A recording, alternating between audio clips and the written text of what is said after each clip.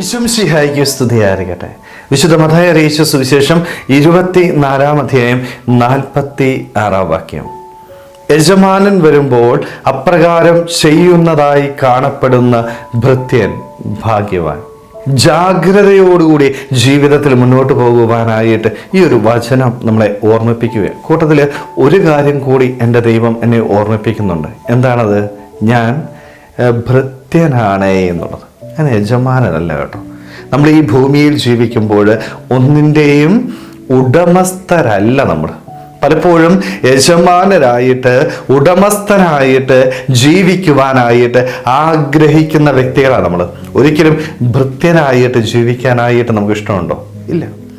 എന്നാൽ ഈശോ കൃത്യമായിട്ട് നമ്മളോട് പറയും, മോനെ മോളെ, നീ ദേ ഒന്നിൻ്റെ ഉടമസ്ഥനല്ല കേട്ടോ, നീ വെറും ഭൃത്യനാ. യജമാനൻ ആരാ? എൻ്റെ ദൈവമാണ്. എൻ്റെ ദൈവമായ യജമാനൻ എന്നെ ഇതൊക്കെ എന്തിനായി ഏൽപ്പിച്ചത്? ഒന്ന്, പരിപാലിക്കാനായിട്ട്, നോക്കാൻ മാത്രം ഏൽപ്പിക്കപ്പെട്ടതാണ് ഇതൊക്കെ. ഇത് സ്വന്തമായിട്ട് കരുതി തോന്നിയ വഴിയെ ജീവിക്കേണ്ട വ്യക്തികളല്ല നമ്മൾ. പലപ്പോഴും നമ്മുടെയൊക്കെ ജീവിതത്തിന്റെ ഒരു പരാജയം എന്ന് പറയുന്നത് ഭൃത്യന്മാരാണ് എന്നുള്ള തിരിച്ചറിവ് നഷ്ടപ്പെട്ടു പോയിട്ട് ഉടമസ്ഥരായിട്ട് ഈ ഭൂമിയിൽ ജീവിക്കുവാനായിട്ട് ആഗ്രഹിക്കുന്നു എന്നുള്ളതാണ്. കിട്ടുന്നതെല്ലാം എൻ്റെ സ്വന്തമാണ് എന്ന് കരുതിക്കൊണ്ട് ഇവയൊക്കെ വെട്ടിപ്പിടിക്കുവാനായിട്ട് നേടിയെടുക്കുവാനായിട്ട് നെട്ടോട്ടം ഓടുന്ന വ്യക്തികളായിട്ട് നമ്മൾ മാറുകയാണ്. സ്നേഹമുള്ളവരെ, ഈ ഓട്ടം ഓടരുത്. കാരണം ഇവയൊന്നും എനിക്ക് അവകാശപ്പെട്ടതല്ല. കാരണം ഈ ഭൂമിയിലേക്ക് നമ്മൾ കടന്നു വരുമ്പോൾ എങ്ങനെയാണ് കടന്നു വരുന്നത്? വെറും കൈയോടെ കേട്ടോ. കയ്യിലൊന്നും കൊണ്ടുവരുന്നില്ല. വെറും കൈയോടെ ഈ ഭൂമിയിലേക്ക് വന്ന് വെറും കൈയോടെ ഈ ഭൂമിയിൽ നിന്ന് തിരിച്ചു പോകേണ്ടവരാണ് നമ്മൾ. നമുക്ക് കൊണ്ടുപോകാൻ പറ്റുന്ന ആകെ കാര്യമെന്ന് പറയുന്നത് എൻ്റെ പുണ്യപ്രവർത്തികളാണ്. എൻ്റെ ദൈവം എന്നെ ഏൽപ്പിക്കുന്ന ഉത്തരവാദിത്തങ്ങൾ വിശ്വസ്തയോടുകൂടി സന്തോഷത്തോടുകൂടി നിർവഹിക്കുവാനായിട്ട് എനിക്ക് സാധിക്കുമ്പോൾ സന്തോഷത്തോടുകൂടി എനിക്ക് ദൈവസന്നിധിയിലേക്ക് കടന്നു പോകാൻ പറ്റും. പുണ്യപ്രവർത്തികളുമായിട്ട് ദൈവസന്നിധിയിൽ സമ്പത്ത് ശേഖരിച്ചു വെക്കുവാനായിട്ട് എനിക്ക് സാധിക്കും. പക്ഷെ നമ്മളൊക്കെ എന്താ ചെയ്യുന്നത്?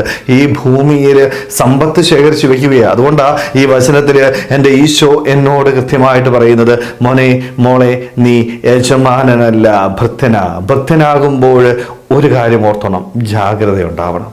നിന്റെ ജീവിതത്തിൽ നിന്നെ ഓരോ കാര്യവും ദൈവം ഏൽപ്പിക്കുമ്പോൾ ആ ഏൽപ്പിക്കുന്ന കാര്യങ്ങൾ വിശ്വസ്തയോടുകൂടി ജാഗ്രതയോടുകൂടി നിർവഹിക്കുവാനായിട്ട് എനിക്ക് സാധിക്കും. ജാഗ്രത നഷ്ടപ്പെട്ടു പോയാൽ ഒരു ദിവസം എൻ്റെ ദൈവം എന്നോട് ചോദിക്കും, മോനെ, നിന്റെ കയ്യിലിത് ഇന്ന കാര്യം ഞാൻ തന്നില്ലേ, നീ അത് എങ്ങനെയാ വിനിയോഗിച്ചത്?